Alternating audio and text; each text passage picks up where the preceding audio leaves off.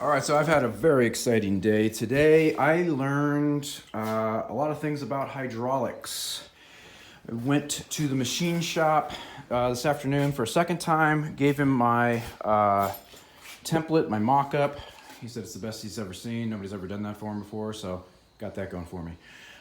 They seem like really nice people, great people. And so he started teaching me on why I got all of these leaks and how they happen. And that most of the time it's all about the O-rings and over tightening them, or that the O-ring themselves is eroded. So that's probably what I've got going on here in these guys. And I have pinpointed it down to the lower level. So I know it's the second tier of these that is leaking. And I just don't know exactly which one it is. I have a feeling from looking underneath from before. Oh, actually still leaking a little bit. So it's like right here and right here is where it looks like it's dripping out. So he's telling me that it's probably the O-rings that are causing that. It would be so nice to be able to actually see down in there to see what's dripping and where it's dripping from. But even with lights down in there, it is really tough to see it. Found out yesterday, right before I left, that it was this guy right here that was causing the leak. And it turned out that this thing was loose.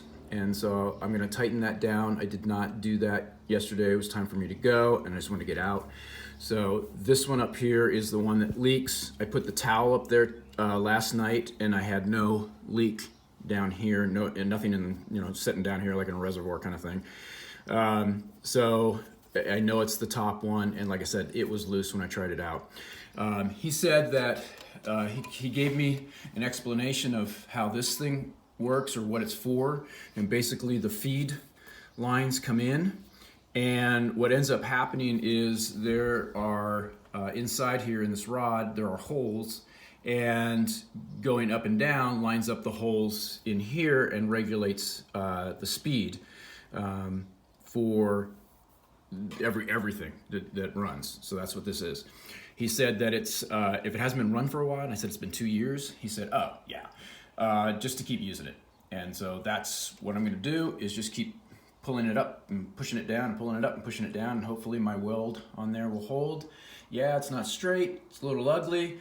Now that I think about it though, I was supposed to put that black collar around it, wasn't I? And that will make it prettier. So I may have to do some more grinding down in order to get that back on there. But yeah, I forgot that goes on there. It makes everything look beautiful then.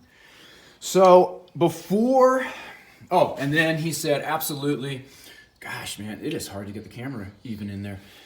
He said, absolutely, the leak I have back here on this second one, on the farther one in, is absolutely the O-ring when I over tightened it and pushed it out. He said, yeah, that you're gonna have to trash it. You're gonna have to toss it.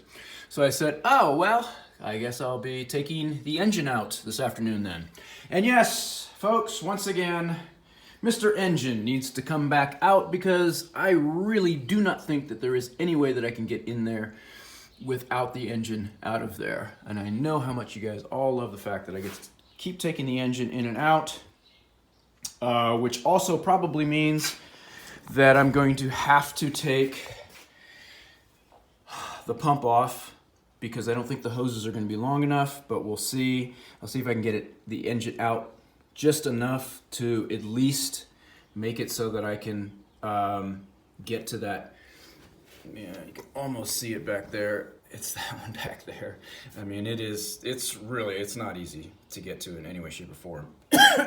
So that's kind of where I'm at.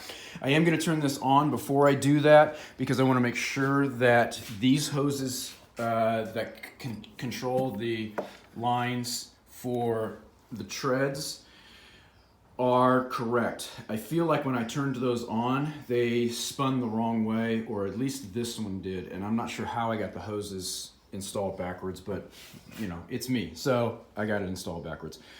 He's gonna work on the exhaust pipe and hopefully have it for me tomorrow, probably in the afternoon. Fingers crossed. It may have to be Wednesday.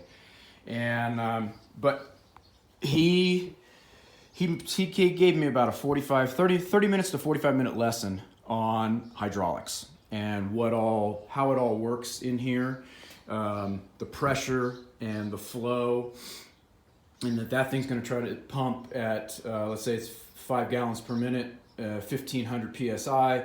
It's going to do that no matter what's open or closed or anything else. It's going to continue to try to do that. So that's why when you have a little leak here, it will find the weak spot. It's always looking for that. Also, he told me that hydraulic fluid is corrosive, and so if the O-rings, they will go regardless, but if the O-rings are not set up to be resistant to that it will erode those out pretty fast. So that's where I'm at on this. Another fun afternoon.